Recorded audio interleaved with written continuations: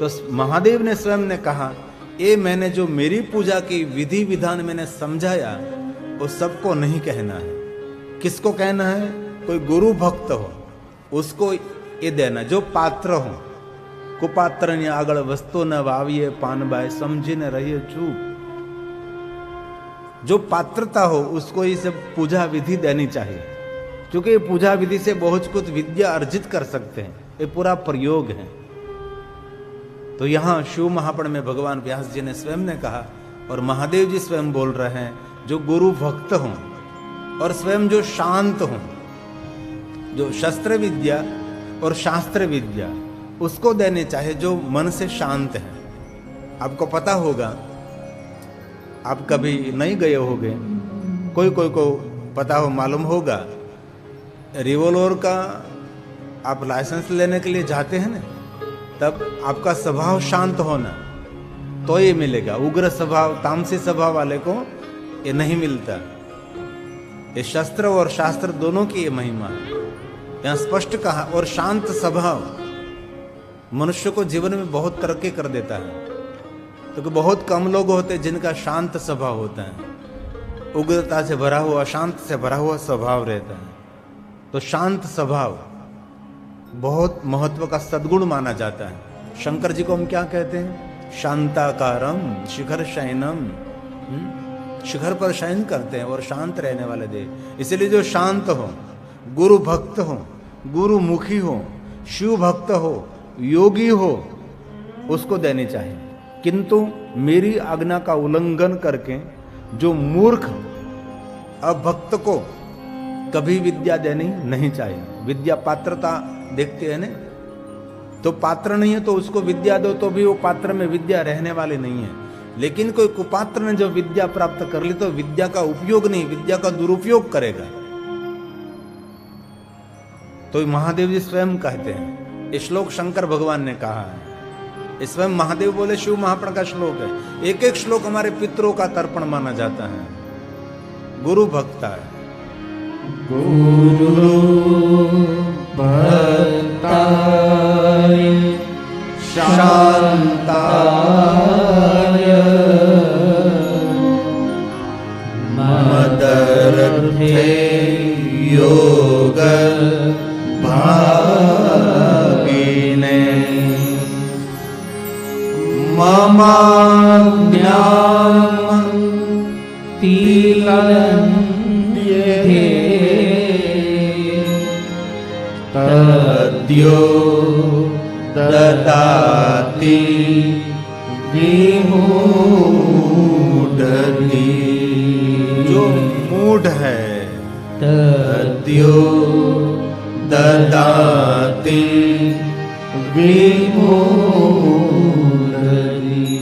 धीहि बुद्धि, जो मंद बुद्धि का है, मूढ़ बुद्धि का है, जो बुद्धिहीन है, अभक्त है, जो मूर्ख है, उसको कभी विद्या देनी नहीं चाहिए।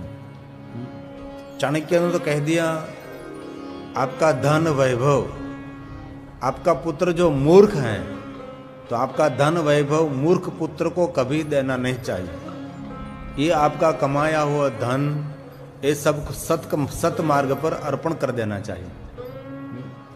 वारसो पुत्र को ही देना चाहिए, ऐसा नहीं, वारसो पुत्री को भी दे सकते आप। लेकिन हमारे मन में एक ग्रंथि इतनी घर कर गई है कि पिता का वारसदार पुत्र ही रहता है। एक गलत है, झूठ है। पिता का जो वारसदार है, जितना अधिकार पुत्र का है उसका ही अधिकार पुत्री का है। और प्रेम से आदर के साथ पुत्र को भी देना चाहिए। तो शिव महापुराण में शास्त्र विद्या, शस्त्र विद्या की बहुत सारी बातें की है।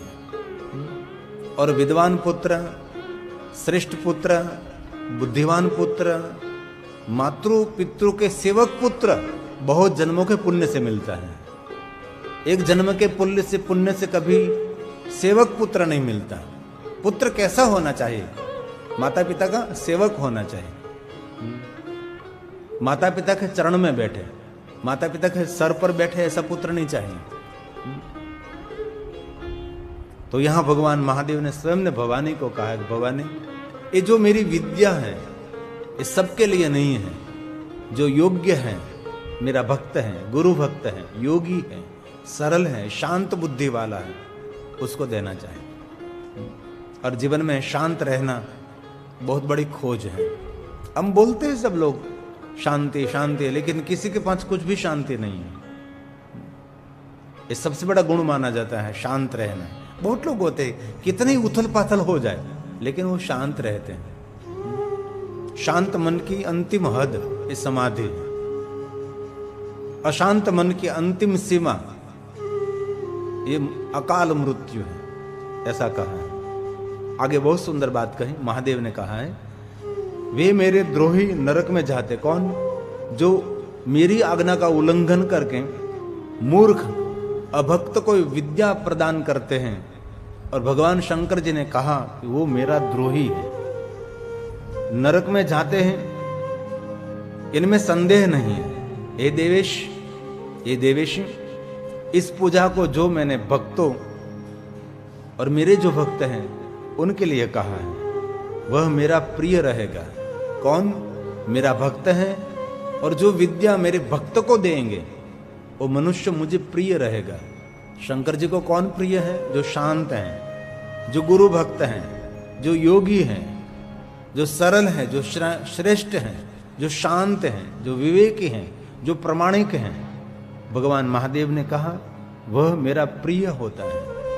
ऐसे मनुष्य भगवान शंकर जी को प्रिय लगते हैं। क्रोधी, लंपट, दूसरों के साथ दगा करने वाला, कपटी, झूठ बोलने वाला, अंदर से बहुत मलिन, अशांत, क्रोधी, घमंडी, अहंकारी, अज्ञानी, भगवान महादेव ने कहा ये मुझे प्रिय नहीं है। शिव को प्रिय बनने के लिए बहुत सारे रुद्राक्ष पहनने की आवश्यकता है, नहीं है मुझे पता नहीं।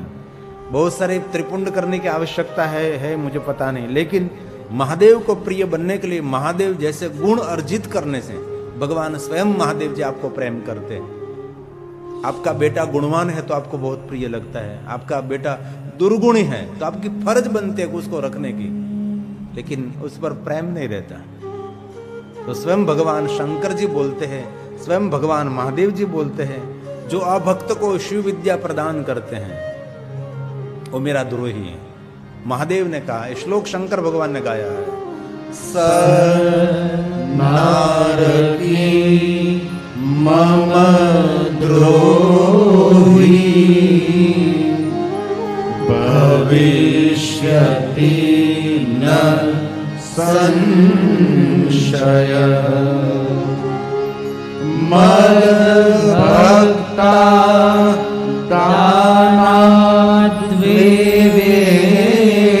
देवेशी भवानी मद प्रियश्च भवे ध्रुवम् मद प्रियश्च भवे ध्रुवम्। वो मनुष्य मुझे प्रिय रहेगा। हे देवेशी, शंकर भगवान को कौन प्रिय है? जो सरल है, जो श्रेष्ठ, जो ज्ञानी है, विद्वान है, जिनका जीवन मल रहित है। भगवान महादेव को मनुष्य प्रिय लगता है। वहां रूप, रंग, गोरा, काला, पहरवेश, यूनिफॉर्म, जाति, ज्ञाति, वर्ण भेद भगवान महादेव के दरबार में नहीं है। भगवान शंकर के दरबार में दो भेद है, गुणवान, एक गुणहीन। गुणहीन को भगवान महादेव उसका स्वीकार नहीं, गुण वाले को भगवान महादेव स्वीकार करते हैं। और शिव जी को प्रिय बनना है तो गुणवान बनना चाहिए। भगवान को क्या कहते हैं? गुणवान बच्चा देना। महादेव तेरा भक्त बच्चा मिले, पुत्र मिले तो कैसा पुत्र मिले? श्रेष्ठ पुत्र मिले, पिता से भी आगे निकले, पिता का भी गौरव बने, ऐसा पुत्र मिले। बहुत सुंदर बात है शिव पुराण में। वह इस लोक के सभी भोग को भोग कर अंत में मेरा लोक प्राप्त करता है। जो मनुष्य ज्ञानी, विद्वान, गुरु भक्त, शांत, योगी और जब तब साधना, अनुष्ठान, उपासना मेरे स्मरण में रत रहता है, वो मनुष्य के लिए कहा वो मनुष्य मुझे प्रिय रहेगा और ये मेरे लोक का अधिकारी रहेगा। इस लोक में सभी भोग, और शंकर जी की भक्ति में जहां देखो वहां भक्ति शब्द दूसरा है, भोग शब्द पहला है। कहीं नहीं कहा कि भक्ति, पहले भोग, संसारिक सुविधा, संसारिक भोग विलास, जो मिला है वो भोगना ही चाहिए। आपके घर में ऐसे है तो ऐसे चलाना चाहिए, क्यों गर्मी में बैठे आप? आपने कुछ वस्तु खरीदी है तो उसका उपयोग करना ही चाहिए। गुजराती में कहो तो घना लोग वस्तु खरीदे पण हड़ी जाए चाहूँ उपयोग न करें, ये तो बहुत बुरी बात है। मैं तो सालों से कहता हूं कि आज आप नए कपड़े खरीदो तो आज ही पहन लो, कल कौन डिठी, जहां से खरीदती है वहां से पहन लो ने। अब वहां से कपड़ा खरीद कर वो रास्ते में कोई गाड़ी टकरा गई मर गए तो ये कपड़ा झोड़ी ऐसे पड़ा रहेगा, इसलिए तुरंत पहन लीजिए। ये जीवन की एकदम वास्तविकता है, इसलिए दूसरे के लिए कुछ नहीं, पहले आपके लिए उपभोग करें। शिवपुराण में स्पष्ट कहा, आपका कमाया हुआ धन पहले आपके सुख के लिए उपयोग करें, बाद में आप इनमें से दान करें, सेवा करें, आप तृप्त हो जाओ। पहले कंजूस नहीं बनना है, उदार बनना है। मेरे पास कितने बड़े धनपति हमारे भक्त हैं, लेकिन बहुत कम लोग हैं जो कोरोना काल में ये जब 50 दिन 63 दिन 50-40 दिन 30 दिन जिसने शिव महापुराण कथा का संचालन किया, अब जो 28 दिनों की कथा के मनोमंथन चल रहा था, कहाँ हम जाएंगे 28 दिनों तक? क्योंकि 7 दिन 9 दिन का हो तो ठीक से चल जाएगा, लेकिन 1 महीने तक लगातार सक्रिय रहना ये बहुत कठिन है, और धन खर्च भी होता है। तो बहुत मैं आदर करता हूँ मधु भाई आपका, क्योंकि छोटी बात नहीं, बहुत कठिन है, बहुत कठिन है। क्योंकि 9 दिन में 7 दिन में लोग थक जाते हैं, तो इतने 28 दिनों तक पूरा परिवार सक्रिय रहना, ये भोजन प्रसाद व्यवस्था, मेहमान हेमान, और हम सबको रखना, ले जाना लाना, ये सब निरंतर सक्रिय रहे, बहुत कठिन है। तो ये जो अनुष्ठान हो रहा है 28 दिनों का, ये बहुत बड़ी बात है। तो भगवान महादेव का वरदान है, जितने गुण अर्जित करेंगे इतने भगवान महादेव के लोक के अधिकारी बनते हैं। और स्वयं भगवान शंकर जी श्लोक में कहते हैं, सभी संसार के भोग भोगने के बाद अंत में मेरे लोक का प्राप्त होगा उसको। संसार का सुख शंकर जी भरपूर देते हैं। ये श्लोक महादेव के मुख में से प्रकट हुआ है। इह भुक्त्वा अखिलान भोगा, भगवान महादेव सुख भोग देते और मत् सानिध्यं वाप्नुयात्। मत सानिध्य, मेरा सानिध्य मिलेगा, और मेरा सानिध्य मिलने के बाद कभी ये मेरे सानिध्य से वंचित नहीं रहेगा। वाप्नुयात्, कभी नहीं। एक बार महादेव का सानिध्य मिल गया, समझो आपको जीवन पर्यंत भगवान महादेव के छत्र छाया मिलती है। देवताओं कुछ दिया तो ये कुछ समय में सब क्षय हो सकता है, महादेव अक्षय वरदान देते हैं, कभी उसका क्षय नहीं होता है। ये शंकर जी की अद्भुत अलौकिक महिमा रहती है। इसलिए मैं तो सालों से लगातार बोलता हूं, महादेव को समर्पित हो जाओ। समर्पित कैसे हो सकते हैं महादेव को? घर बार परिवार बच्चे बीवी पति सबको छोड़कर समर्पित नहीं होना है। समर्पित का अर्थ है सभी गुणों को अर्जित करके भगवान महादेव जैसे गुण ग्रहण करके भगवान महादेव के साथ आप आत्मीयता और तादात्म्यता का प्रयास करें। आप भगवान शिव अंदर उतरे, संपूर्ण शिव तत्व आपने भरपूर प्रकट हो, ऐसा एक प्रयास, ऐसा एक विज्ञान है पूरा। और आगे बहुत सुंदर बात कही है, भगवान व्यास जी इस श्लोक बोले हैं, कहा हे मुनिगणों, शिव जी के इस प्रकार के वचन सुनकर परमेश्वरी पार्वती वेदार्थ युक्त नाना प्रकार के स्तोत्रों से स्तुति कर तथा बारंबार अपने पति के चरणों में प्रेम पूर्वक नमस्कार कर हृदय से प्रसन्न हो और भगवान महादेव की सभी कथा सुनकर महाहर्षित हुई। ये श्लोक भगवान व्यास बोल रहे हैं, क्योंकि भगवान शंकर जी ने कह दिया कि मैंने जो जो पूजा विधि विधान पंचमुखों से लेकर बहुत सारी विधि विधान मैंने समझाया, ये कोई सुनता है तो उनका परम कल्याण होगा। लेकिन ये जो विद्या जिनके पास है, बहुत ऐसे मैंने विद्वान ब्राह्मणों को देखा है, बहुत कुछ विद्या उनके पास होती है, लेकिन ये विद्या सबको देते नहीं हैं। जो को योग्य पात्र मिला तो उसको विद्या प्रदान करते हो। अभक्त, अशांत और कुटिल, दुर्गुणी, उसको विद्या देने से भगवान शंकर ने कहा वो नरक में गिरेगा। और जो कोई मेरा भक्त हो और पूर्ण पवित्र हो, उसको विद्या जो देता है वो मनुष्य मुझे प्रिय रहता है। भोग और मेरा लोक दोनों उनके लिए संभव हो जाता है। और यहाँ स्वयं भगवान व्यास जी कहते हैं कि हे मुनिगणों, महादेव के मुख से सभी ये विधि विधान सुनकर परमेश्वरी पार्वती वेदार्थ युक्त नाना प्रकार के बहुत सारे स्तोत्र और स्तुति की शंकर भगवान की। और पार्वती तो वो पति हैं, कोई पत्नी पति के सामने उनकी स्तुति करते, पतिदेव उभारो मैं आपकी स्तुति करूं, ये तो सपने में भी नहीं होता ना। गाली देते हैं 2-3-4, लेकिन स्तुति करने वाली कौन पत्नी। यहां पार्वती के लिए कहा, भगवान महादेव के मुख से सुंदर सुंदर ये महिमा सुनकर स्वयं पार्वती ने बहुत सारे स्तोत्र, और सामान्य स्तोत्र नहीं, वेदार्थ स्तोत्र, वेद युक्त जो कठिन है ऐसे स्तोत्र स्तुति पार्वती ने कि बारंबार शंकर जी को प्रणाम किया, अपने पति के चरणों में प्रेम पूर्वक नमस्कार कर हृदय से प्रसन्न होकर महाहर्षित हुई। और व्यास जी बोले हैं, एतत् श्रुत्वा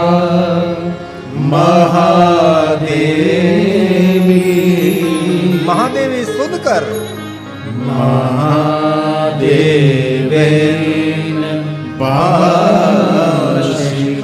महादेवेन भाषितम और स्तुत्वा तु विविधैः स्तोत्रैः देवं वेदार्थ गर्वितैः देवं वेदार्थ गर्वित भगवान महादेव के स्तुति स्तोत्र का गायन किया, महाहर्षित हुई। महाहर्षित, थोड़ा हर्ष नहीं, बहुत बड़ा हर्ष हुआ, महाहर्षित हुई। कितनी सुंदर बात है। कभी अवसर मिले तो भगवान महादेव के बहुत सारे स्तुति का गायन करना चाहिए। माँ पार्वती पति भगवान शंकर जी का सुंदर स्तोत्र का गायन किया और कहा, हे ब्राह्मणों, व्यास जी बोलते हैं, हे ब्राह्मणों, प्रणवार्थ के प्रकाश का यह विधान अत्यंत गुप्त है। शिवपुराण में बहुत कुछ कहा है, लेकिन हमने बहुत कुछ विस्तार नहीं किया है, क्योंकि विधि विधान और बहुत सारे गुप्त रहस्यों से भरी हुई ये भगवान महादेव की कथा है।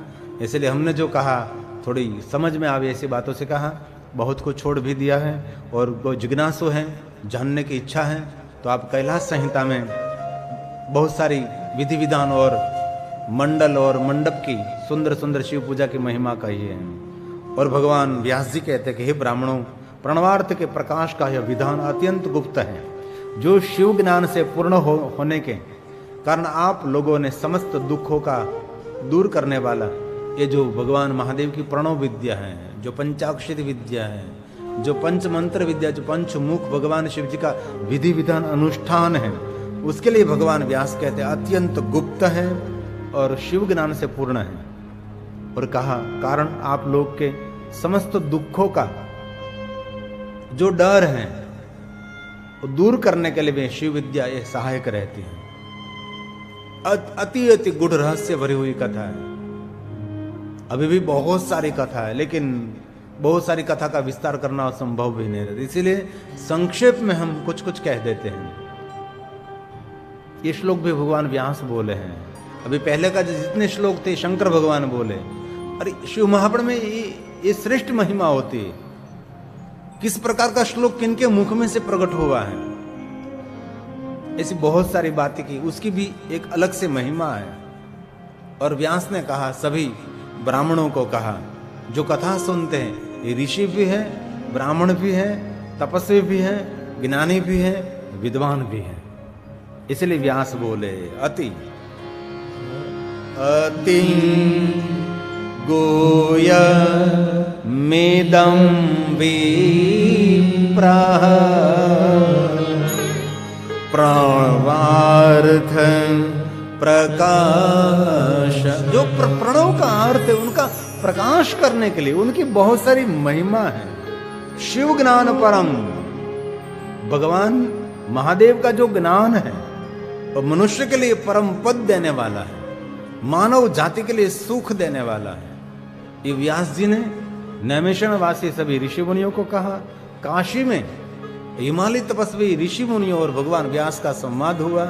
अब ये श्लोक सुत पुराणे बोल रहे हैं। सुत जी ने कहा कि हे मुनि श्रेष्ठो, एक श्लोक प्रयाग तीर्थ में, एक श्लोक नैमिषारण्य में, एक श्लोक काशी में और श्लोक कैलाश में, जहां शंकर और पार्वती बैठे हैं। जब पहले दिन मैंने कथा कही थी ना कि भगवान महादेव हिमालय में विचरण कर रहे थे, तो पार्वती ने बहुत सारे प्रश्न किए और कहा कि मैंने आपकी निंदा सुनकर मैंने मेरे देह का त्याग किया, और अब मुझे कहो मैं कैसे आपके चरणों में समर्पित हो सकती हूं।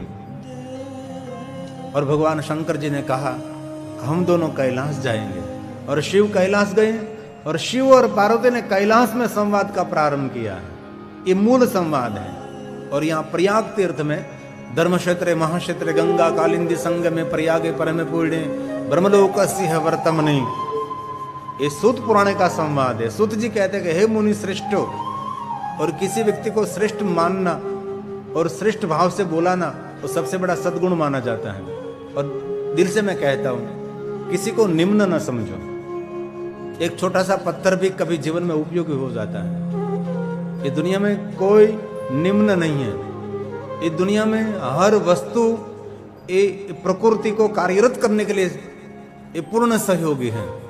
एक छोटा सा घास का तिनका भी प्रकृति के लिए बहुत उपयोगी होता है। आपको मालूम होगा कैलाश की यात्रा प्रारंभ में बहुत कठिन होती है, लेकिन बाद में आप यात्रा करने के लिए निकलो तो सुलभ हो जाती। क्यों? वह घास उग जाता है। कैलाश के आसपास घास उगने से थोड़ी सी प्राणवायु की मात्रा बढ़ती है। जब कोई घास नहीं होता तब थोड़ा सा भी प्राणवायु वहां मिलना मुश्किल रहता है। इसलिए इस पूरे भुवन में, पूरे विश्व में, पूरी पृथ्वी पर एक छोटा सा घास का तिनका वो भी बहुत महत्व का होता है। एक छोटा सा कंकर वो भी प्रकृति का एक विभाग है। कोई भी मनुष्य नकाम कोई नहीं है। सभी किसी न किसी उसका हेतु धरती पर रहता है। अभी एक अवकाश यात्री के मैं डॉक्यूमेंट्री देख रहा था, तो उसने एक बहुत सुंदर बात कही। उसने कहा ये जो पूरा ब्रह्मांड चल रहा है, ये जो 9 ग्रह की बातें करते हैं आप, ग्रहों की बातें करते हैं, इसमें से एक भी ग्रह कोई अपनी दिशा थोड़ी सी बदल दे तो सारी पृथ्वी का विनाश हो सकता है। अपने अपने गति पर चलता है सब। एक ग्रह कोई, और ये भी कहा कि कोई भी ग्रह एक बार पृथ्वी पर जो टकराता है तो पृथ्वी का सर्व विनाश कर सकता है। बार बार पृथ्वी की रक्षा हो जाती है। बहुत समय पहले मैंने एक स्टोरी सुनी थी, तो 300 किलोमीटर वाली शिला ये पृथ्वी की ओर आ रही थी। 300 किलोमीटर की एक बड़ी शिला आकाश में से पृथ्वी की ओर गति कर रही थी, और सभी अवकाश यात्री देखते थे कि अब क्या होगा, पृथ्वी पर जो टकराएगी तो पृथ्वी का पूरा विनाश हो जाएगा। लेकिन ये पृथ्वी के वातावरण में 300 किलोमीटर की शिला पृथ्वी के वातावरण में टकराई, यही समय उसका पाउडर बन गया और पूरी फैल गई, वो पृथ्वी की रक्षा हो गई। इसलिए बहुत महत्व की बात है। इसलिए आपके घर में एक बर्तन मांजने वाली एक कोई महिला है, उनका भी महत्व होता है। आपके घर में पोछा लगाने वाला कोई भी लड़का लड़की के महिला हो, उसका भी पृथ्वी पर महत्व है। इसीलिए किसी को तुच्छ न माने। एक बहुत समय पहले एक धनपति के वहां मेरा निवास स्थान था, आज से लगभग 25 साल पहले। तो मुझे बड़ा दुख हुआ था, लेकिन धनपति के आगे तो बोलना तो नहीं चाहिए, क्योंकि उसका धन का अभिमान और उसको थोड़ा घमंड रहता है। तो क्या कहता था, ये सब सारी दुनिया जीव जंतु है, तो तू मोटू जंतु, ऐसी उसकी भाषा कुछ थी।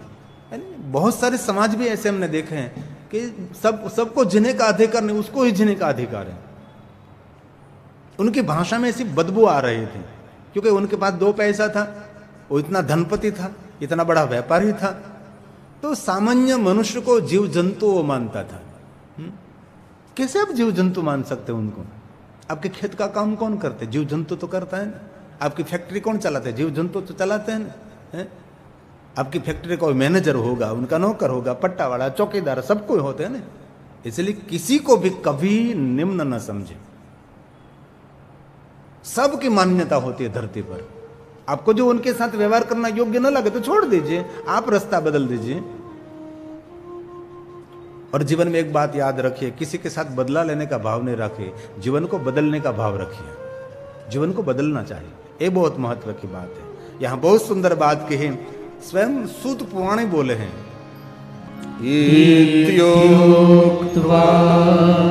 श्रेष्ठ महात्माओं मुनि शार्दुल, कितनी सुंदर बात।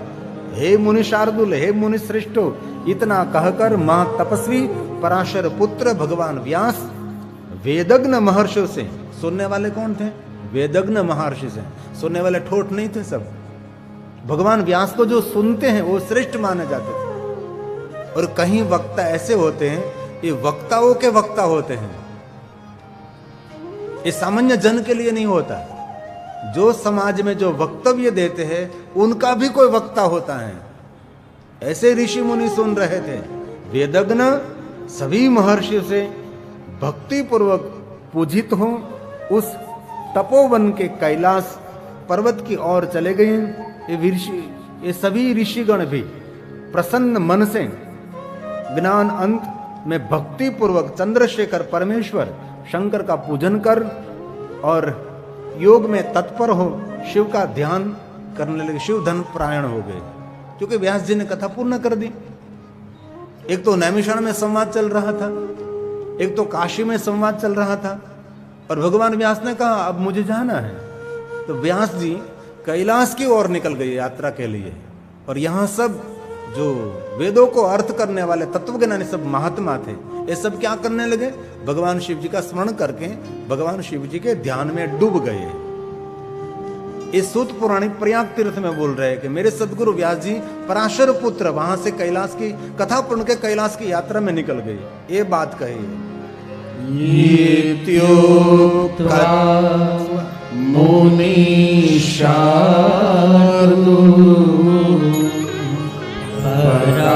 पराशर्यो महातपा। इत्युक्त्वा मुनि शार्दुल, आप सब श्रेष्ठ महात्मा हैं। पराशर पुत्र कौन? महातपस्वी भगवान व्यास जी। सभी महात्माओं ने उसकी पूजा की, आदर किया, और आदर के साथ उसको विदाई दी और कैलाश की ओर गए। और सूत पुराणे बोले, पूजितः परया भक्त्या मुनि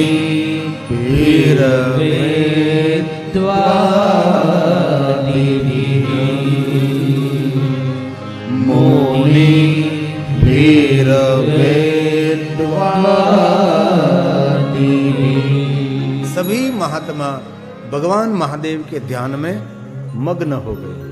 और बहुत सुंदर कहा, शिव ध्यान में प्राण हो गए। और देवी ने सब कुछ भगवान महादेव के मुख से कथा सुनी। और स्कंद और नंदी से, नंदी भगवान ने सनत कुमार से, ये पूरा क्रम दिखाया है। भगवान महादेव ने कथा कही, देवी ने सुनी, और भगवान नंदिकेश्वर ने सुनी, स्कंद ने सुनी, और स्कंद सनत कुमारों को और भगवान नंदिकेश्वर का, इतने सब ने भगवान महादेव की कथा सुनी। और सनत कुमारों ने महातेजस्वी भगवान वेद व्यास को ये संपूर्ण कथा कही। और पहले भी हमने बहुत बार कह दिया, लेकिन यहाँ थोड़ा सा लगे। शिव महापुराण का क्रम है, महादेव ने भवानी को कथा कही, तब भगवान ने दूसरे व्यक्ति को कथा कही न कही ऐसी कोई बात नहीं मिली। परंतु भगवान शंकर जी जब कथा कह रहे थे, शिलाद मुनि के पुत्र भगवान नंदिकेश्वर कथा सुन रहे थे, और नंदिकेश्वर ने सनत कुमारों को कही। और यहां यह भी कहा, स्कंद ने भी सनत कुमारों को कहा। और बहुत सारा संवाद, स्कंद मतलब कार्तिकेय भगवान, और संत को शिवपुराण में सनत कुमारों का संवाद है। ये संवाद उमा संहिता में हमने सुना था, बहुत विस्तृत संवाद था वो। सनत कुमार भगवान कार्तिकी को पूछ रहे थे। अभी भी सुंदर संवाद आने वाला है, वामदेव ऋषि और भगवान कार्तिक का सुंदर संवाद है। यहाँ हमारे उत्तर भारत में, गुजरात में, मध्य प्रदेश, राजस्थान में बहुत कार्तिकी की महिमा नहीं है। लेकिन कभी आप दक्षिण भारत की यात्रा करो तो कोई पहाड़ खाली नहीं है। सभी पहाड़ों पर मुड़गड़ बैठे हैं। मयूर पर जो सवार है, मुड़गड़ मतलब भगवान कार्तिकेय, स्कंद, षडानंद, पहाड़ पहाड़ पर भगवान कार्तिकेय हैं। और यहाँ क्या है, पहाड़ पर देवी बैठे हैं। माता जी का मंदिर है पहाड़ों पर। लेकिन दक्षिण भारत में हर पहाड़ पर भगवान कार्तिकेय बैठे हैं। और क्रमशः एक कथा का सुंदर व्याप हुआ। सनत कुमारों ने महातेजस्वी भगवान वेद व्यास जी को कथा कही। ये पूरा कथा का क्रम है। 2-3 मिनट के लिए सुंदर संकीर्तन भक्ति करें, संपूर्ण मालकोस करें स्थाई। अंतर्गत कैलाश संहिता में कहा, तदंतर उन महातेजस्वी व्यास जी, यह पवित्र प्रसंग मैंने सुना। भगवान व्यास ने कहा और सुत पुराण ने कहा मैंने सुना है। और भगवान व्यास से मैंने सभी चरित्र प्राप्त किए हैं। हे मुनि श्रेष्ठों, मैंने यह गुप्त से गुप्त शिव प्रिय चरित्र आप लोगों को शिव भक्त जानकर भक्ति पूर्वक सुनाया है। शिव महाप्र ग्रंथ के प्रारंभ में भी यही कहा है। शिव प्रिय चरित्र मैंने आपको शिव भक्त जानकर सुनाया है। आप लोगों को भी इसे शिव प्रिय अत्यंत गुप्त प्रणवार्थ प्रकाशक चरित्र, शांत चित्त, शिव के चरणों में भक्ति रखने वाला शिव भक्त यतियों को भी ये देना चाहिए।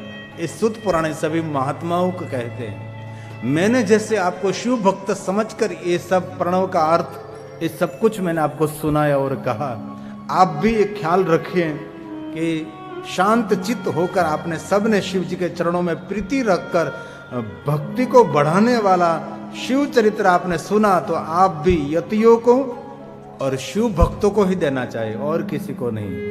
पुराण वक्ताओं में श्रेष्ठ सुत जी इतना वचन कहकर यात्रा के प्रसंग से पृथ्वी में विचरण करने के लिए निकल गए। एक कितनी बड़ी बात है। जो नैमिषारण्य में कथा चलती थी, वहां भगवान व्यास जी कैलाश की ओर यात्रा करने के लिए निकल गए सभी चरित्र सुनाने के बाद। और यहाँ प्रयाग तीर्थ में सूत पुराण जी ने बहुत सारा गुप्त रहस्य भरा हुआ चरित्र सभी महात्माओं को कहा। और सभी महात्माओं को कहा, ये मैंने जो आपको गुप्त रहस्य भरी हुई प्रणवार्थ की कथा कही, वो आप भी यतियों को और परम योगी को और परम शिव भक्तों को, शुद्ध चित्त वाले को ये कथा आप सुनाना। इतना कहकर वक्ताओं में श्रेष्ठ सुत पुराण जी इतना वचन बोलकर यात्रा प्रसंग के लिए पृथ्वी पर विचरण करने के लिए निकल पड़े। साधु का विचरण ये श्रेष्ठ माना जाता है। कोई भी साधु चरित्र व्यक्ति है, ये जितना यात्रा करता है इतना लोगों का मंगल और कल्याण करता है। साधु चलता भला, नीर बहता भला, कहावत है ना, इस बात पर आधारित है। तदंतर सुत जी इस गुप्त रहस्य को ग्रहण करके सभी ऋषि मुनि काशी में मुक्ति के लिए कुछ साधना करने लगे। और मुक्ति के लिए साधन पूर्ण करके सभी जो भगवान महादेव के भक्त ऋषि हैं, ये सभी शिवलोक को चले गए। और ऐसी बहुत सारी कथा है कि बहुत सारे ऋषि मुनि भगवान शिव को तात्पर्य करके महादेव का अनुसंधान करते हुए देह समेत शिवलोक में गए। ऐसी बहुत सारी कथा शिव पुराण में। यहाँ भी यही कहा है, काशी में जो वास करते थे महात्मा, व्यास के मुख से कथा सुनकर और बहुत सारे महात्मा भगवान शंकर जी के लोक देह समेत गए। और ये 9वां अध्याय वहां पूर्ण होता है। प्रणवार्थ और पद्धति वर्णन अध्याय 9वां अध्याय में सब कुछ, बहुत कुछ ऐसी कठिन और रहस्यमय विधि विधान से भरी हुई कथा है। ये कोई सरल बात नहीं है। अब 10वां अध्याय कैलाश संहिता का मैं प्रारंभ करता हूं। इसमें सूत जी के दर्शन की ऋषियों की प्रबल इच्छा और वर्ष के अंत में सूत जी पधारे। प्रयाग तीर्थ में से सूत गए, काशी में महात्माओं को कहते थे, वो भी सूत पुराण जी ने सब कह दिया। बाद में 1 साल निकल गए। 1 साल कर क्या किया महात्माओं ने? तो बहुत सारे महात्माओं ने शिव पूजा की, बहुत सारे महात्माओं ने चंद्रशेखर चंद्रमौली भगवान शंकर जी का ध्यान किया और बहुत सारे महात्माओं ने बहुत विधि युक्त मुक्ति का साधन करके देह समेत शिवलोक में गए। जो महात्मा रहे थे ये सभी महात्मा सूत पुराणे का इंतजार कर रहे हैं, उनके दर्शन के लिए इंतजार करते हैं कि सूत जी के दर्शन की अभिलाषा करते हुए प्रबल इच्छा रखते कब सूत पधारेंगे और कब हमको शिव महापुराण कथा की कुछ बातें कहेंगे। ये 10वां अध्याय है और कहा व्यास जी बोलते हैं यहाँ, सूत जी के चले जाने पर मुनिगण महाविस्मित हुई और विस्मय में पड़कर परस्पर कहने लगे, वामदेव का मत जिसे सूत जी ने कहा था और जो बड़ा कठिन था उसे तो हम लोगों ने भुलवा दिया है। क्योंकि जो कुछ सुनते सब कुछ याद नहीं रहता ना, बहुत कुछ भूल भी जाते हैं। अब न जाने हमें कब उन मुनिवर सूत पुराणे का दर्शन होंगे। उनके दर्शन तो संसार समुद्र के दुख को समूह को पार करने वाला सूत पुराणे का दर्शन है। जो निरंतर कथा सूत पुराण जी भगवान वेद व्यास का सद शिष्य और महादेव जी के परम भक्त और शब्दों के पुजारी, इस सूत पुराण के दर्शन दुर्लभ है। और मुनिवर्य जो सूत पुराण का दर्शन करता, संसार समंदर दुख सागर में से दुख समूह में से मुक्त करने वाला दर्शन इस सूत पुराण का दर्शन माना जाता है। हमारी इच्छा है कि महेश्वर का आराधन रूप पूर्ण प्रताप से शीघ्र ही सूत जी का दर्शन प्राप्त हो, ऐसी अभिलाषा कर रहे हैं। कोई महात्मा तो चले गए, कोई महात्मा शिवलोक हुए, कोई महात्मा देह के साथ शिवलोक की यात्रा की। बहुत सारे महात्मा पूजा अर्चन साधना भगवान शिव का ध्यान कर रहे थे। लेकिन ये सभी महात्माओं ने कहा कि हमने वामदेव मत सुना, लेकिन समय बीत गया तो हम बहुत कुछ भूल गए हैं। अब जो सूत पुराण का दर्शन हो जाए तो फिर से हम उनके पास से कुछ अर्जित करेंगे, ऐसी अभिलाषा करें। और कहते हैं शिव आराधन रूपी पुण्य फल से, पुण्य प्रताप से जो सूत पुराण मिल जाए, जो सूत पुराण का दर्शन हो जाए तो हम सब वामदेव मत जानने की इच्छा रखते हैं। शीघ्र ही सूत जी जो दर्शन प्राप्त हो जाए तो इस प्रकार की कामना करते हो। इस प्रकार की चिंता से चिंतित सभी मुनिगण हथकमल में व्यास जी की पूजा करने लगे। सभी महात्मा व्यास की पूजा करके उनके दर्शन की उत्सुकता पूर्वक प्रतीक्षा करते हुए स्थित हो गए। और 1 साल बीतने के बाद पश्चात महान शिव भक्त और परम ज्ञानी, किसी को भी निरुत्तर करने वाला वक्ता एवं सभी पुराणों का अर्थ समझने वाला और प्रणव को प्रकाशित करने वाला सूत पुराण जी पुनः काशी में काशी विश्वनाथ महादेव के दर्शन के लिए पधारे। अब फिर से कथा शुरू होगी। ये बात शिव महापुराण की है। 1 साल बीत गई। 1 साल के बाद फिर से ऋषि मुनि को सूत का समागम होगा और फिर सूत पुराण जी शिव कथा का प्रारंभ करेंगे। ये श्लोक स्वयं व्यास जी बोले हैं। संवत्सरान्ते अंते पुनः 1 वर्ष के अंते सूत पधारे काशी में। काशी प्राप मुने शिव भक्तिरतो ज्ञानी पुराणार्थ प्रकाशः पुराणार्थ प्रकाश। इस सूत पुराण के लिए कहा परम शिव भक्त ज्ञानी विद्वान, किसी को भी निरुत्तर करने वाले और प्रणों का भी अर्थ समझने वाले और पुराणों का अर्थ करने वाले तत्वज्ञानी, पुराणों का प्रकाश करने वाले सूत पुराण के लिए कहा। ये तो हम बोलते हैं ना, जो पुराण को खोलो, लेकिन सरदारों की भाषा में सिख समाज में गुरु ग्रंथ को प्रकाशित करे। गुरु ग्रंथ को खोले नहीं, गुरु ग्रंथ को प्रकाशित करे। पुराणों को प्रकाशित किया जाता है, ज्ञान का प्रकाश है। ये सभी पुराणों का प्रकाश करने में श्रेष्ठ पूर्ण ज्ञानी, प्रणव का अर्थ करने वाले पुराणी इस सुत पुराण जी का आगमन हुआ है। और कहा सुत जी को आते हुए देख ऋषिगण अत्यंत प्रसन्न हुए, क्योंकि कथा सुनने की जिज्ञासा हो रही थी। हमको कुछ सुनाएंगे, हमारा जो बहुत सारे प्रश्न हैं उसका उत्तर मिलेगा। इसलिए सुत पुराण को काशी नगर में आते हुए देखकर सभी मुनिगण हर्षित हुए, प्रसन्नता व्यक्त करते हुए सभी महात्मा सुत पुराण का स्वागत करने लगे, आसन दान दिया। क्योंकि सुत पुराण काशी में आए तो सभी ऋषि मुनियों ने उठकर सबका स्वागत, आदर, सत्कार, मान, सम्मान और आसन का दान दिया, अर्घ्य दान दिया, उसकी पूजा की। क्योंकि ज्ञानी विद्वान है,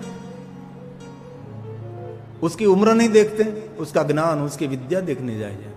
इसलिए सभी ऋषि मुनियों ने उसकी पूजा की, आदर किया। तदंतर सुत जी ने उन श्रेष्ठ मुनियों ने, जो जितने महात्मा थे, सबने सुत पुराण की पूजा से प्रसन्न हुए, मंद स्मित, और पूजा से प्रसन्न और प्रणाम से, आदर सत्कार से सुत पुराण जी प्रसन्न होकर स्मित, मंद स्मित मतलब धीमा धीमा हास्य, खड़खड़ाट, अटहास्य, असुरी हास्य नहीं, स्मित, लेकिन कितना मंद स्मित, एकदम थोड़ा सा मुस्कुराहट की और सबका अभिवादन किया, सबका अभिवादन किया कि भाई बहुत बहुत धन्य हूं मैं, आप सबने मेरा आदर किया, बहुत मैं आपका आभार व्यक्त करता हूं। उसके बाद गंगा में परम पवित्र जल में स्नान कर ऋषियों, देवताओं, पितरों सबकी तर्पण विधि की।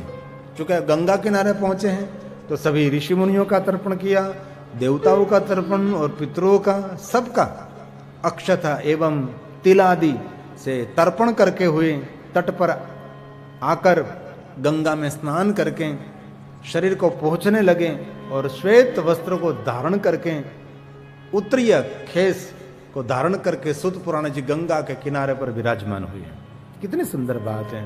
2 बार आचमन किया, क्योंकि स्नान के यो तो विधि विधान, कर्मकांड, पूजा पाठ, इस परंपरा को जानने वाले महात्मा सुत पुराणी हैं। इसलिए स्नान करके, श्वेत वस्त्र को धारण करके और युगुप वस्त्र धारण करके गंगा के तट पर सुत पुराण जी ने आसन लगाया और 2 बार आचमन करके सद्योजाता जी मंत्रों से भगवान शिव की स्तुति की। बार बार वो तो है जो 5 है ना भगवान महादेव का मंत्र, तत्पुरुषा, सद्योजात, अघोर मंत्र, ईशान मंत्र, विद्या नाम, ये सभी मंत्रों के द्वारा क्रमशः भगवान शंकर जी का स्तवन किया, भगवान शंकर जी को याद किया और कहा, ये 5 मंत्र बोलते हुए भस्मों से शरीर का घुलन किया। ये 5 मंत्र बोलते बोलते शरीर पर भस्म के सारे त्रिपुंड कर लिए। ये भी बात बहुत महत्व है। अग्निरीति बोल सकते तो बड़ी बात है, लेकिन ये न बोल सके तो ओम तत्पुरुषाय बोलकर भस्म का उल्लंघन करना चाहिए और भस्म लगानी चाहिए। और ये 5 मंत्र जो सद्योजातादि मंत्र हैं, और शिव भक्तों को ये 5 मंत्र तो जरूर सीख लेना चाहिए।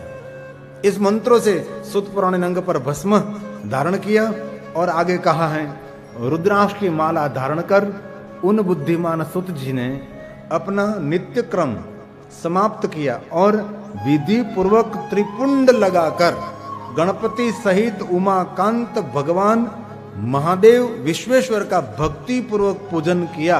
बार बार भगवान महादेव को नमस्कार किया, एक बार नहीं, बारंबार। सुत पुराण ने विश्वेश्वर, क्योंकि काशी में तो विश्वनाथ है, काशी में विश्व के ईश्वर भगवान शंकर जी विराजते हैं, उमाकांत भगवान महादेव गणेश सहित भगवान शंकर जी का पूजन किया। बहुत बार हमने ये बहुत सारी बातें कही हैं कि सभी महात्मा रुद्राक्षधारी हैं और सभी महात्मा भस्मधारी हैं। जितने कथा सुनते सभी परम शिव भक्त हैं। इसलिए यहां विशेष प्रकार से उल्लेख किया है रुद्राक्ष माला भरण। ये शिव महापुराण का श्लोक है, रुद्राक्ष माला भरण क्रोधे नित्य क्रिया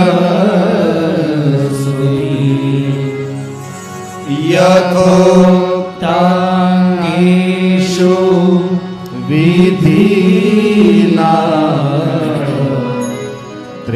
त्रिपुंड्रं रचति स्म।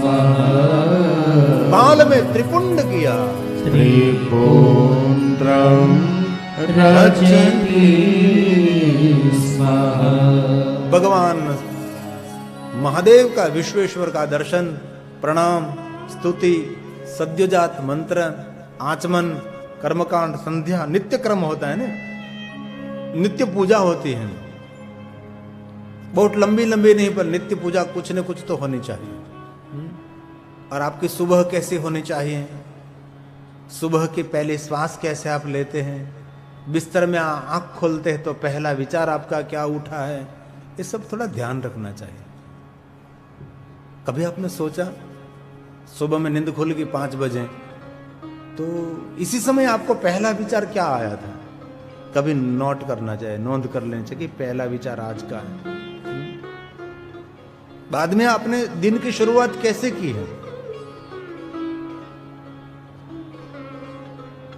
पूरी प्रक्रिया होती है। आपकी सुबह, आपका मध्याह्न, शाम की संध्या और आपकी रात कैसे होनी चाहिए, आपकी सुबह की भोर कैसी होनी चाहिए, आपका प्रभात कैसा होना चाहिए। हर पल पल आपके लिए अगणित कीमत देता है, अगणित कीमत है। दुनिया की सारी संपत्ति देने से एक श्वास नहीं मिलती, एक पल नहीं मिलती, और हम घंटों घंटों तक बहुत सारे व्यर्थ प्रवृत्ति में बिता देते हैं। समय का मैनेजमेंट बहुत आवश्यक रहता है, टाइम मैनेजमेंट। एक मेरे पास बहुत बड़ी बुक है, टाइम मैनेजमेंट। आपका समय 24 कलाक में आप क्या करते हैं? अभी 2 दिन पहले मेरे परम शिव भक्त, हमारे परम दानवीर और उदार चरित्र जगदीश भाई खाटूवाला मुझे निवास स्थान पर मिलने आए थे, तो उसने बहुत बड़ी बिजनेस की बातें की, मुझे अच्छी लगी। एक व्यक्ति मूंगफली बेचता है और दिन में 300 रुपया कमाएगा। मूंगफली की कीमत क्या, कुछ भी नहीं। बेचता तो वो भी है। एक तरफ कोई केसर का व्यापारी है, वो केसर का व्यापार करता है, तो केसर कितना कीमती है। दिन में 1,00,000 2 लाख का केसर बेचेगा तो उसमें 10 15 20 हजार वो कमा सकेगा। इसलिए आप क्या करते हैं, कैसे आप डेवलप हो सकते हैं, आपकी बुद्धि पर आधारित। व्यापार तो दोनों करते हो, केसर का व्यापारी भी है और एक मूंगफली का भी व्यापारी है, और दोनों पुरुषार्थ करते, दोनों मेहनत करते हैं। लेकिन आपकी मेहनत क्या रंग लाती है, ये आपकी बुद्धि पर आधारित रहता। कई लोग तो बैठे बैठे इतने समय निकाल, कहीं लोग सोते सोते समय निकालते, खाते हैं, पीते हैं, सोते हैं, और अंत में उसका जीवन पूर्ण हो जाता है। कोई जीवन में तथ्य, कोई लक्ष्य, कोई हेतु नहीं होता। काशी विश्वनाथ महादेव में पूरी लिंग नगरी कही जाती है। जो हमने उमा संहिता में शिव महापुराण कथा का गायन किया था, इसमें बहुत सारे काशी विश्वनाथ महादेव के, जो गंगा के तट पर महादेव के लिंग स्वरूप, उनका बहुत सारा वर्णन हमने उमा संहिता में कर दिया है। तो काल भैरव की विशेष महिमा है। यहाँ सुत पुराण जी काल भैरव के दर्शन के लिए गए हैं, और शिव महापुराण में कहा है, विधान पूर्वक काल भैरव नाथ की पूजा कर 3 बार परिक्रमा की, प्रणाम किया। 3 बार भगवान की परिक्रमा की, काल भैरव जी की परिक्रमा, 3 परिक्रमा। जितने भगवान शंकर जी के रुद्र अवतार में, उसकी परिक्रमा 3 में होती है। शंकर जी की परिक्रमा 3, काल भैरव की परिक्रमा 3, हनुमान जी की, बहुत सारे रुद्रों की परिक्रमा की बहुत महिमा है। और 5 बार उन्हें नमस्कार किया। कितनी सुंदर बात लिखी, ये सब हमारे लिए है। भगवान महर्षि वेदव्यास के सदस्य शिष्य सुत पुराण जी काल भैरव नाथ के दर्शन के लिए गए, तो 3 बार परिक्रमा प्रदक्षिणा की और 5 बार उन्हें नमस्कार किया, और प्रदक्षिणा कर पृथ्वी में साष्टांग नमस्कार किया, और उनके चरण कमलों को स्मरण करते हुए पराभक्ति से युक्त हो उनकी स्तुति, भगवान काल भैरव की स्तुति की। और मैंने देखा है बहुत सारे विद्वान जो ब्राह्मण है, पढ़े लिखे ब्राह्मण हैं, वो कभी भी भगवान महादेव की पूजा कराएंगे, इससे पहले काल भैरव की वंदना, काल भैरव की पूजा संक्षिप्त में कराते हैं। कभी सिद्धि महादेव की पूजा नहीं कराते। जो विद्वान ब्राह्मण है, पहले काल भैरव की वंदना, काल भैरव को याद करते, काल भैरव की पूजा करते हैं, पहले कम शब्दों में, लेकिन जरूर शिव पूजा से पहले काल भैरव। क्योंकि काल भैरव जितने महादेव जी के भक्त हैं, उनके रक्षक भी हैं। काशीनगर के रक्षक कोटवाल काल भैरव जी। ये श्लोक शिव महापुराण ग्रंथ का है, कैलाश संहिता का है। काल भैरव नाथं च संपूज्याय विधान। अभी जो आप टेलीविजन में देख रहे हैं, एक काल भैरव जी हैं, और सभी शिवालयों में काल भैरव जी रहते हैं। लेकिन कहीं लोगों को पता नहीं होता कि कहाँ काल भैरव का स्थान है। हमारे 12 ज्योतिर्लिंगों में काल भैरव जी विराजते हैं। काल भैरव के बिना शिव नहीं, निरंतर भगवान शिव का रक्षक और ज्यादातर भगवान महादेव जी ध्यानस्थ रहते हैं और बहुत सारा कार्य काल भैरव ही कर देते हैं। जब भगवान विष्णु जी ने प्रहलाद की रक्षा के लिए नृसिंह रूप धारण किया तो नृसिंह का गर्व दूर करने के लिए पहले शंकर जी नहीं आए थे, पहले काल भैरव जी आए थे ना। वीरभद्र आए थे, बहुत सारे रुद्र आए थे और समझाने का प्रयास किया। किसी से विष्णु भगवान ने ये बात नहीं मानी क्योंकि उसको तामस गुण प्रवेश कर गया था। जैसे समझाते वैसे बहुत उग्र बनते जाते रहे। बाद में भगवान स्वयं शिव जी पधारते हैं और जो भगवान विष्णु का रूप था नृसिंह अवतार, उसके गर्भ को शंकर जी ने दूर किया और वहां से भगवान शंकर जी ने नृसिंह की जो खाल उतार ली, ये भगवान शंकर ने अंग पर धारण किए। वहां से महादेव जी ये वाघ चर्म, ये सिंह का चर्म धारण करते हैं। ये नृसिंह अवतार की याद है। उसकी भी पूरी कथा बहुत समय पहले हमने बहुत सारी कथा कह दी है, इसलिए उसका विस्तार करना को आवश्यक नहीं है। और कभी भी दक्षिण भारत की यात्रा का अवसर मिले तो दक्षिण भारत में 2 मंदिर हैं भगवान नृसिंह भगवान के। एक नृसिंह भगवान पहाड़ पर है, ये योगा नृसिंह है, बहुत ऊपर है, बहुत प्राचीन स्थान है। और दूसरा नृसिंह भगवान का मंदिर पहाड़ के नीचे है, पहाड़ के ऊपर है। ये नृसिंह भगवान योगा नृसिंह है, योगा कर रहे हैं, ये पहाड़ के ऊपर है। और जो भोगा नृसिंह है उसका मंदिर पहाड़ के नीचे है, वहां लक्ष्मी उनके साथ बैठी है, इसलिए भोग भोगते हुए ये भगवान नृसिंह अवतार है। लेकिन योग में जो है वो पहाड़ के ऊपर है, इसलिए आपको भोग में रहना है तो आपका स्थान नीचे रहेगा, आपको योग में रहना है तो आपका स्थान ऊंचा रहेगा। योग हमेशा मनुष्य को विचारों से, जीवन से बहुत ऊंचा ले जाते हैं। भोग हमेशा मनुष्य को नीचा गिरा देते हैं। कई लोग दुनिया में ऐसे होते हैं, आगे बढ़ना है, जीवन में सफल होना है, लेकिन सफल होने का सही तरीका उनके पास नहीं होता है। जीवन में सफल होने के लिए जरूर सबके पर आधार रखना चाहिए, लेकिन ज्यादातर अपने आत्मविश्वास पर आधार रखना चाहिए। और जीवन में सफल होने के लिए आपका इष्ट, आपकी कुलदेवी, आपके पितृ, आपके इष्ट, उन पर संपूर्ण भरोसा रखना चाहिए। हमारे से एक घास का तिनका भी इधर से उधर नहीं जा सकता। जो कुछ जीवन में हो रहा है ये उनकी कृपा से हो रहा है। लेकिन कई लोग सफल होना चाहते लेकिन उसके पास गलत तरीका रहता है, उसके पास सही तरीका नहीं होता, इसलिए लोग जीवन में सफल नहीं हो सकते हैं। इष्ट को साथ में रखकर, आपके पुण्य जब तक साधन अनुष्ठान को साथ में रखकर, जो आप परमात्मा पर विश्वास और अपनी आत्मा पर संपूर्ण भरोसा और श्रद्धा से, दृढ़ भक्ति से आप आगे बढ़ सकते हैं।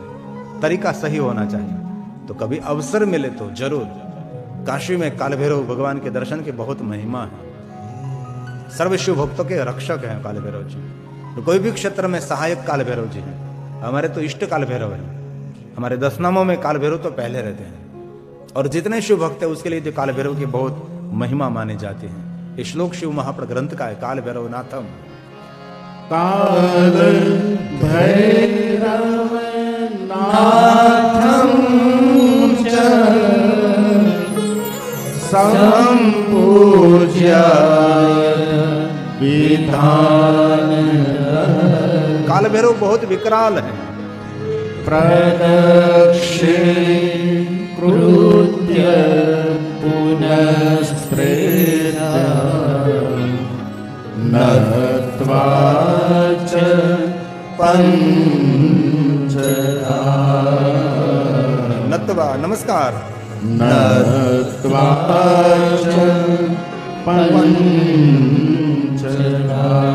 सुत पुराण ने भगवान काल भैरव को 5 बार नमस्कार किया। कभी काल भैरव के दर्शन के लिए आप जाओ तो ये याद रखना, 3 काल भैरव की परिक्रमा और 5 बार भगवान शिव जी, भगवान काल भैरव का नमस्कार किया और साष्टांग किया और दंडवत प्रणाम किया, काल भैरव के चरणों में प्रणाम किया। कभी पशुपतिनाथ महादेव आप जाओ, वहां भी काल भैरव जी विराजते हैं, उन्मत्त काल भैरव जी विराजते हैं, कहीं पाताल काल भैरव विराजते हैं। सभी स्थानों पर काल भैरव अलग अलग रहते हैं। एक महाभैरव हैं, कहीं कहीं संहार भैरव हैं, कहीं रुद्र भैरव हैं, कहीं काल भैरव, कहीं क्रोध भैरव, कहीं ताम्रचुंड भैरव, कहीं चुंड भैरव, कहीं ताम्र भैरव, कहीं चंद्रचुंड भैरव, त्रिपुर भैरव, कलेश भैरव, रुद्र भैरव, नित्य भैरव, चैतन्य भैरव, पाताल भैरव, रक्त भैरव, कपाल भैरव और आनंद भैरव और सौम्य भैरव और शांत भैरव। बहुत सारे भैरवों की महिमा कही, 64 भैरव हैं, 64। और इतनी भैरवी है, भैरव अकेला नहीं, उसके साथ इतनी भैरवी रहती है। शक्ति के बिना कोई भी शिव अधूरा है। शिव की पूर्णता शक्ति से होती है, इसलिए कोई मनुष्य हम कहे मैं अकेला नहीं, उनके साथ कोई शक्ति की ताकत होती है। इसलिए जितने भैरव है, भैरव बहुत विकराल और अति भयानक होते हैं। भगवान महादेव के द्वारा जब काल भैरव का प्रागट्य हुआ और ब्रह्मा जी के एक मस्तक का छेदन किया, एक काल भैरव जी, और ब्रह्मत्या के पाप में से मुक्ति के लिए भगवान विष्णु ने काल भैरव को मार्गदर्शन किया। लक्ष्मी जी ने काल भैरव की पूजा की है, काल भैरव जी को भिक्षा दान किया है। और भगवान विष्णु जी ने कहा काल भैरव जी आप काशी नगर में जाओ, और काल भैरव जी ने काशी नगर में प्रवेश किया और ब्रह्मत्या पाताल में चली गई, और वहां से काल भैरव जी काशी नगर में रहे। देवराज जिनके चरण की सेवा करते, काल भैरव को सामान्य देव नहीं। और बहुत सारे संप्रदाय वालों ने हमारे देवताओं को बदनाम कर दिया। बहुत सारे संप्रदाय का मैं नाम दे सकता हूं, लेकिन मैं साधु किसी का नाम देकर कहना नहीं चाहता। लेकिन हमारे सभी देवताओं के अलग अलग मान्यता होती है, सभी देवताओं के कोई ना कोई महिमा होती है। हमारे ऋषि मुनियों का शोध है, वो कितने देवताओं का रूप स्वरूप, कितना वर्णन, अनंत वर्णन। जो काल भैरव ऐसे कोई देव नहीं है। कई लोगों ने इतना गलत महादेव के बारे में, रुद्रों के बारे में, काल भैरव, अरे हनुमान जी के बारे में कितनी गलत फहमी। तो अब पूज्य बापू ने सुंदर मार्ग साफ कर दिया, सब जो मन में संशय था दूर कर दिया। लेकिन पहले हनुमान जी के बारे में तो कितनी कितनी गलत फहमी थी। आज जुड़कर प्रणाम न करना चाहिए, प्रसाद नहीं लेना चाहिए, बहनों को कभी सामने नहीं आना। अभी भी हमारा जो जन्म स्थान से वह हनुमान जी महाराज है, कहीं बहन आती है तो हनुमान जी के घूंघट काट कर वहां से निकलती है। घूंघट ऐसे मुंह नहीं दिखाते, हनुमान जी के लाज काटती है, घूंघट काटती है, ऐसे अभी भी मान्यता है। तो काल भैरव लेकिन तो इतनी मान्यता गलत कर दी। तांत्रिकों के देव, मैली विद्या वालों के देव, शमशान में विद्या करने वाले देव, अघोरी के देव, तामसी देव, क्रोधी देव, अहित करने वाले देव, ऐसा कुछ भी नहीं। काल भैरव ये दूसरा शिव है, चूंकि रुद्र है, भगवान महादेव का स्वरूप है। और जैसा भगवान शंकर जी का रूप, वैसा ही काल भैरव का रूप है। बाल में चंद्र है, यज्ञोपवीत सर्पों का है, प्रसन्न मुख मुद्रा त्रिनेत्र काल भैरव जी है। एक काल भैरव के मस्तक पर गंगा नहीं रहते, गंगा सिर्फ शिव पर रहते। जितने महादेव के रुद्र हैं, शंकर जी के, इस रुद्रों के जटा में गंगा नहीं, सिर्फ शिव जी के पास गंगा है। और त्रिनेत्र और बालचंद्र तो हर रुद्र के पास है। और काल भैरव का रूप भी ऐसा है। देवराज इंद्र जिनके चरण की सेवा करते हैं, यह पूरा स्तोत्र है काल भैरव जी का। और शिव भक्तों के लिए आशीर्वाद स्वरूप स्तोत्र माना जाता है। नारद आदि मुनि जिनका वंदन करते हैं, एक काल भैरव जी हैं।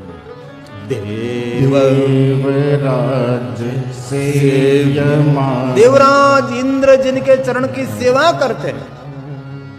कई लोग काल भैरव जी को शराब पिलाते हैं। क्यों पिलाते हैं भाई? जरूर हमारे प्रयोग है, लेकिन अभी दुनिया बदल रही है, आप बदलो थोड़ा सा। जो व्यक्ति दिन दिन परिवर्तन नहीं करता, वो व्यक्ति पीछे रह जाता है। कल था वो आज नहीं, आज है वो कल नहीं रहेगा, कल होगा परसों नहीं रहेगा। इसलिए जीवन में परिवर्तन बहुत जरूरी है। काल भैरव को क्यों आप शराब पाते हैं? वर्तमान में ये योग्य नहीं लग रहा है, क्योंकि बुद्धि की क्षमता वर्तमान में बढ़ रही है। रूप बुद्धि सब कुछ बढ़ रहा है, सुविधा तो बढ़ ही रही है। लेकिन देखो आजकल रूप में भी वृद्धि हो रही है, बुद्धि में वृद्धि हो रही है। कई लोग काल भैरव को बीड़ी पिलाते हैं, कई लोग मादक द्रव्य पिलाते हैं। ऐसा कभी नहीं करना चाहिए। शुद्ध और सिद्ध देवता काल भैरव जी समर्थ हाजिर, और हर मनुष्य की रक्षा, जो इनके भक्त हैं, और विशेष करके महादेव के भक्तों का रक्षक एक काल भैरव जी महाराज हैं। पूरा स्तोत्र है काल भैरव जी का। देवराज ने काल भैरव के चरणों की पूजा की। देवराज इंद्र, देवराज सेयमान पावनाद्रि पंकजम व्यालयज्ञ सूत्रबिन्दु शेखरं कृपाकरं नारदादियोगी वृन्द वन्दितं दिगम्बरं काशिकापुरादिनाथ कालभैरवं भजे कालभैरवं। काशी में निवास करने वाले काल भैरव जी, उसका भजन करें। और मैं बहुत दिल से कहता हूं, आदर के साथ तो सही, लेकिन अनुभव के साथ कहता हूं, कभी भी कहीं भी महादेव के भक्तों के लिए, सिर्फ महादेव के भक्तों के लिए ऐसा कभी कहीं संकट हो जाए, न हो सके, आशा करता हूं कुछ भी ना हो, मंगल ही मंगल हो, लेकिन कभी सभी रास्ते बंद हो जाए और निकलने का कोई मार्ग, कोई रास्ता नहीं है, तब आप दिल से एक बार काल भैरव जी को पुकार करना, आपका रास्ता खुला हो सकता है। ये काल भैरव जी हैं, बहुत प्रतापी, प्रभावी, शक्तिशाली, और उसके साथ व्यवहार करने में बहुत ख्याल रखना पड़ता है, जो कि तामस प्रकृति वाले देव हैं। जितने तामस देवता है उसके साथ व्यवहार, वर्ताव बहुत ख्याल रखना पड़ता है। जितना काम करता है तेजी से और इतना गिरा देता है भी तेजी से, यही काल भैरव जी। और जितने महादेव के भक्त हैं उनके लिए उनकी छत्र छाया, उनके रक्षक, उनके पाप के भक्षक स्वयं काल भैरव जी महाराज हैं। और बहुत सारे काल भैरव के नामावली हैं। आइए थोड़े नामों से काल भैरव जी को हम याद करेंगे, हम प्रणाम करेंगे, क्योंकि महादेव के भक्तों के लिए ये श्रेष्ठ बात मानी जाती है। लेकिन ये मंदिर पूर्ण भी हो गया, लेकिन ऐसा हुआ काल भैरव की प्रतिमा स्थापित करनी थी, तो मंदिर को, प्रतिमा को ध्यान में रखते हुए मंदिर ने निर्माण कर दिया। लेकिन मन में आया कि एक काल भैरव की जो प्राचीन प्रतिमा वो तो थोड़ी बाजू में रह गई, तो हमने फिर से मंदिर उतार लिया, पूरा मंदिर एक एक पत्थर नीचे उतार लिया और फिर से बनाएंगे, जो कि मंदिर हजारों साल रहने वाला है। इसलिए अभी मुझे दूसरी बार बनाने में कोई दिक्कत नहीं, लेकिन एक बार बनाए, सुंदर बनाए। इसमें मेरे अश्विन भाई पटेल करौली, उसका बहुत बड़ा सहयोग है, बहुत बड़ा योगदान। लगभग 30 लाख के आसपास का ये काल भैरव जी का मंदिर है। पूरा शिवालय की तो कोई अगणित, कोई कल्पना नहीं कर सकता। और ये सभी योगदान मेरे श्रोताओं का है। और फिर से हमने मंदिर उतार लिया और फिर से ये काल भैरव का दूसरी बार मंदिर बना रहे हैं, क्योंकि मन नहीं लगता है तो तोड़ दो उनको, फिर से बनाओ। ये मैंने कहाँ से सीखा? ये स्वामी संप्रदाय के पास से मैंने सीखा। जो वस्तु ठीक नहीं लगती अभी से तोड़ दो उनको, फिर से निर्माण करो, लेकिन जो होना है सही होना चाहिए। बहुत लोगों के पास, बहुत विचारधाराओं के पास, बहुत संप्रदायों के साथ बहुत कुछ नया नया सीखना भी मिलता है। तो अभी जो टेलीविजन में देखते हैं ये हमारे पूर्वज के द्वारा पूजित ये हमारा काल भैरव है, और हमारे शिव भक्तों के लिए वो रक्षक माने जाते हैं। एक काल भैरव जी हैं। भगवान व्यास ने काल भैरव की उपासना की, स्वयं विष्णु जी ने काल भैरव की उपासना की, नारद आदि मुनियों ने काल भैरव की उपासना की, स्वयं लक्ष्मी जी ने काल भैरव की उपासना की। जितने महादेव के भक्त हैं उसके लिए निरंतर रक्षा करने के लिए जागरूक रहने वाला देव, उनको कहते हम भैरवनाथ, काल भैरव जी। इसलिए टेलीविजन के माध्यम से जो कथा सुनते हैं, गिरिबा प्रोफेसर यूट्यूब चैनल के माध्यम से कथा सुनते हैं, सबको आदर के साथ कहता हूं, कभी काल भैरव को छोटा काम पसंद नहीं है, इसलिए कोई मामूली काम कभी उसको नहीं सौंपना चाहिए। मृत्यु के आगे आप खड़े हो गए तब काल भैरव को याद करना चाहिए। छोटे छोटे कार्यों के लिए काल भैरव को कभी नहीं, काम नहीं, क्योंकि व्यस्त पूरी शिव मंडली की रक्षा और पूरा शिवलोक की रक्षा काल भैरव जी करते हैं। इसलिए कोई सामान्य बाबत में काल भैरव को बार बार याद करना नहीं चाहिए, काम नहीं देना चाहिए, याद करना चाहिए, काम नहीं। जीवन मृत्यु का जब समय हो तब जरूर काल भैरव आपके लिए, आपका रक्षक बनकर आपके पास खड़ा रहेगा। मैंने बहुत समय पहले मैंने कथा कही थी, मेरे जीवन के अनुभव हैं, और जो मैं कहता हूं वो सत्य बोलता हूं और सत्य कहता हूं। पहले मैं दो कथा एक साथ में करता था। एक कथा दिन में करता था, एक कथा रात में करता था। 2 शिवपुराण, 2 व्यासपीठ, 2 पोथ यात्रा, 2 स्थान, 2 कथा स्थल के बीच 25-30 किलोमीटर, 50 किलोमीटर का अंतर रहता था। तो एक बार ऐसा हुआ, मेरे पिताजी ने कहा थे कि कभी ऐसा समय आवे कि आप बिल्कुल निष्फल हो गए हैं, तब काल भैरव जी को याद करना। तो ये मेरी जीवन की सत्य घटना है। 2 कथा एक साथ में थी। दोनों कथाओं के बीच लगभग 10 किलोमीटर का थोड़ा सा रास्ता था। तो हुआ ऐसा, कथा का 9वां दिन था। एक कथा मुझे सुबह में विराम करनी थी और एक कथा मुझे शाम को विराम करनी थी। 2 कथा मेरे पास थी।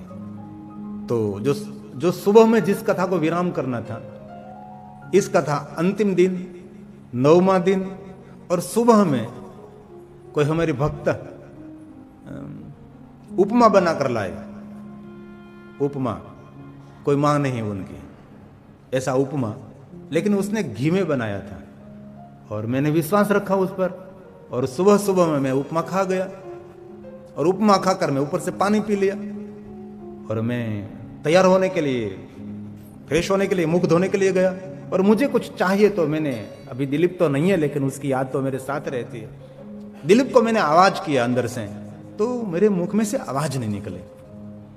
हवा निकले, आवाज न निकले। अरे कहां गई मेरी आवाज? लेकिन उपमा, घी वाला उपमा खाया था, उसके ऊपर मैंने पानी पिया, मेरा गला खत्म हो गया। तब से मैं कोई भी लाते हैं उसका मैं खाता नहीं, क्षमा चाहता हूं, मैं प्रणाम कर लेता हूं। बाद में मैंने फोन उठाया, फोन किया, रिंग बजी तो दिलीप दौड़ता दौड़ता आया। मैं कि तो मेरा आवाज चला गया, क्या करेंगे अब? तो कथा अभी 1 घंटे के बाद। तो तत्काल डॉक्टर को फोन किया, तत्काल डॉक्टर के घर गए। सुबह का समय 8, 8:30 का समय, कथा 9 बजे शुरू हो रही थी। डॉक्टर ने कहा 3 दिन ये गला खुलेगा नहीं आपका, 3 दिन लगेगा आपको। ये सत्य कहता हूं, शिव महापुरुष भगवान के ऊपर हाथ रखकर मैं कहता हूं, एकदम सत्यम सत्यम, 3 दिन लगेगा। उसने कुछ गरारे करने के लिए कुछ लिक्विड दिया, लेकिन कहा 3 दिन आपके मुख में से एक भी स्वर नहीं निकलेगा। और पेशालिस्ट था गले का वो। कोई बात नहीं, जो हुआ वो तो स्वीकार लिया, कोई बात नहीं। मैंने सबको ऐसे ही लिख कर सबको कह दिया कि भाई हम जाएंगे, कथा को विराम करेंगे, मंगलाचरण आप सब कर लेंगे, और मंगलाचरण करने के बाद आप इतना बोल दीजिए कि भाई आज हमारा आवाज चला गया, इसीलिए कथा आज विराम करते हैं। और अंतिम दिन था, इसलिए कोई बात नहीं थी। थोड़ी सी कथा तो मुझे कहनी थी लेकिन आवाज तो नहीं थी। तो हम गए कथा में, व्यासपीठ पर मैं बैठा। माइक भी नहीं रखे थे हमने, माइक भी नहीं रखे थे, क्योंकि मुझे बोलना नहीं था, तो व्यासपीठ पर माइक रखने की कोई जरूर नहीं थी। मेरे संगीतकार भाइयों ने मंगलाचरण का प्रारंभ किया और मैं तो मौन बैठा था। मुख में से हवा निकलती थी, आवाज नहीं निकलता था।